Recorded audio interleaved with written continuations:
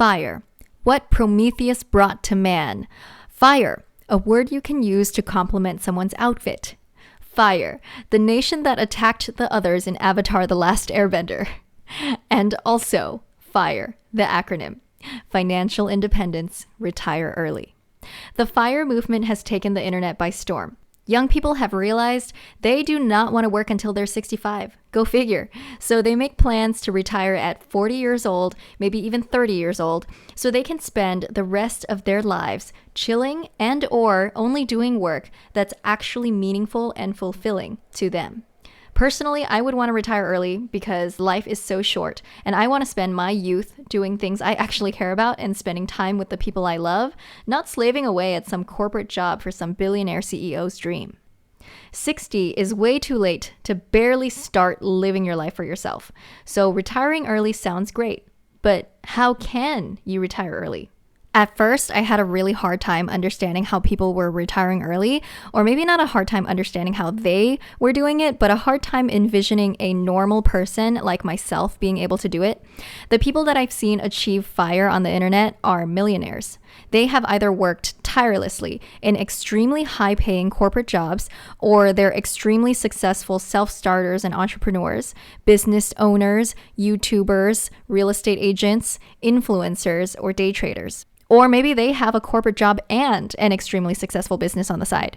So if you don't have those same unconventional, uncapped streams of income, how do you accumulate millions of dollars for retirement at 30, at 40 even? How? How are you supposed to do it? I mean, I would love to be a successful YouTuber or a successful entrepreneur, but these things take more than just willpower, and they take a lot of time. Even when I was posting every day to my YouTube channel, I made $100 a month. You cannot retire on that. So I always turned my back to FIRE, like it was only for certain people that were richer, luckier, smarter. But I realized lately that it's actually more possible than I'd previously thought. So what is retirement?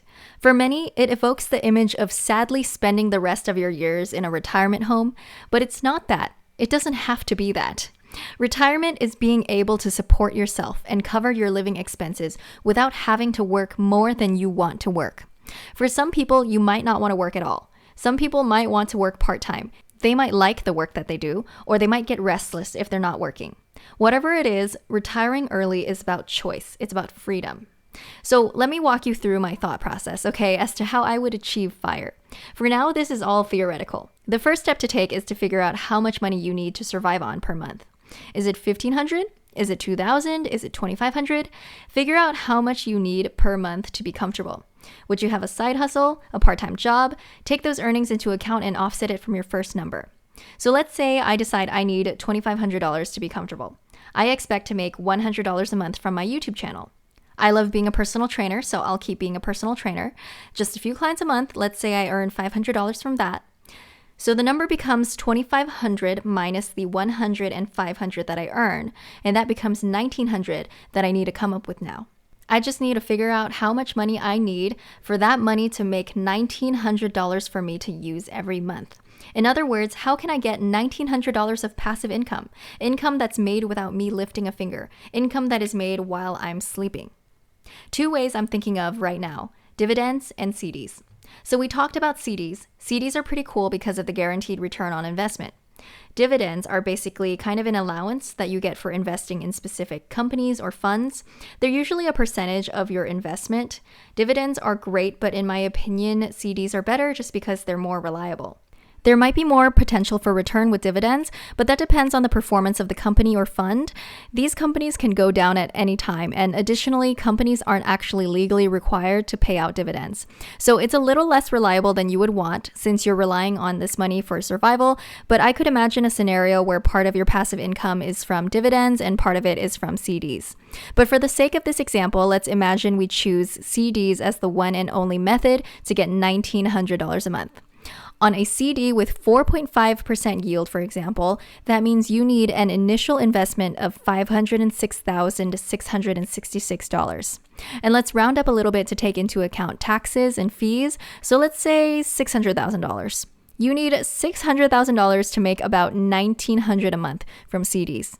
Now, where the fuck are you going to get $600,000? You are going to save it. So, a lot of people my age have corporate jobs, and if you have one and you love it, great. That's awesome. This is just one example of income that could allow for FIRE. Doesn't mean it's the only type of income, but it's just what I know. The nice thing about corporate is that there is consistency, and oftentimes the salaries are pretty high. What the high income means is that there tends to be excess money left over. Whereas in a minimum wage position or a part-time position, it might be inconsistent and also not pay that much. So let's say you work corporate, you have $6,000 a month land in your bank account. You need $3,000 to live comfortably. That leaves $3,000 every month. You can save $36,000 per year. It will take approximately 17 years to get $600,000. If you can save even more than that, say for example, if you have multiple streams of income, either a second job or a side hustle or something like that, you'll get there even faster. If you can climb the corporate ladder and keep trading your jobs for higher paying jobs, you'll get there even faster. If you can find a way to minimize your expenses and maximize your savings, you'll get there even faster. It's very customizable to you and how you want to live your life now and in the future. And assuming you're still saving for traditional retirement, as in those regular contributions to your Roth IRAs and 401ks are baked into your monthly expenses, once you hit 59 and a half, bam, you get to rely on those retirement savings. Doing this assumes a lot of things. It assumes you have money to save after paying all your bills. It assumes you don't have anyone who is financially dependent on you. It assumes you will save $600,000 well before age 65, because if it'll take you that long, you might as well just rely on index funds and retire at 65 like everyone else. It assumes you don't want to aggressively save for something huge like a house.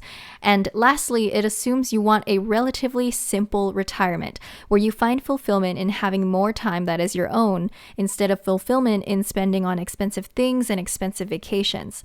There is absolutely nothing wrong with wanting extravagance and luxury, but FIRE would be so much harder to achieve. At this point, it's pretty obvious that a certain degree of sacrifice is required to achieve FIRE. At least that's what I've seen.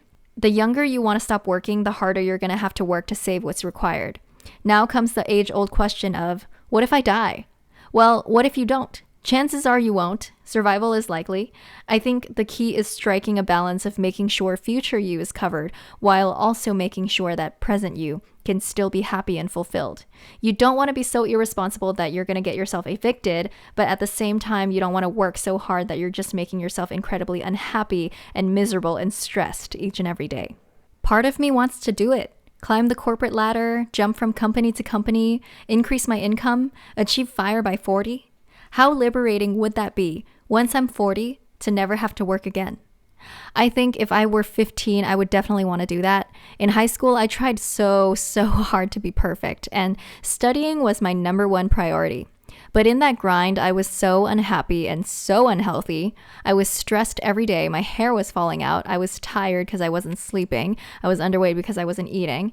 And I really didn't have to try that hard. I really didn't. There's no one right answer for everyone. It just depends on what you value as a person. Maybe some people are okay with living paycheck to paycheck and working till they die. Maybe some people are okay with sticking to the traditional retirement at 65 timeline. Maybe some people are okay with sacrificing their time and energy today to ensure their financial freedom tomorrow. For me, I've spent my whole life worrying about my future. My entire youth was based around making sure I got good grades so my parents wouldn't get mad at me. Adolescence was about getting good grades so I could get into a good university, so I could get a high-paying job and support myself. I sacrificed so much, and I was miserable. In the last few years of my new adulthood, I've had the time to decide what matters to me, and I've narrowed it down to 3 things. Number 1, my physical and mental well-being. Number 2, my creativity, the time to pursue creative outlets and explore my hobbies. Number 3, the people I love. And now, when something so much as threatens any of these 3 things, I let it go. I think growing up Asian American, I was influenced to have a scarcity mindset. It's generational trauma that I've inherited from my parents, and they inherited from their parents. It's a trauma that makes me want to hoard things because I never know when I'll need them again. It makes me want to stick with a job that I hate because I'm scared I can't find anything better. It makes me want to save all my money and not spend any of it in a case of a disaster. This is a mindset I grew up with. But now my priorities have shifted to putting me first and making myself happy today by living according to my values in a way that I'd never done before. So right now, I'm not actively pursuing FIRE because I value having the flexibility and ability to spend time and money on the things that align with my values at this age. Like, I'm literally never going to be 25 again with this much fervor and this much energy. For example, being healthy today is more important to me than retiring at 40. Having time for my hobbies and making art regularly is more important to me than retiring at 40. Getting to spend time with the people I love is more important to me than retiring at 40. That's not to say that I will never pursue FIRE. Maybe one day I'll have enough income to save aggressively for an early retirement without compromising what's important to me today, but it's not that day quite yet. So those are my thoughts on FIRE. I love that there's no one right way to plan for your individual retirement. You can be as laid back or aggressive as you want about saving. I think the important thing is knowing what you want and creating a plan for that. And that brings me back to an earlier point of being as aware and as knowledgeable about your personal finances as possible so that you can ensure a future of financial stability and independence. Doesn't that sound nice?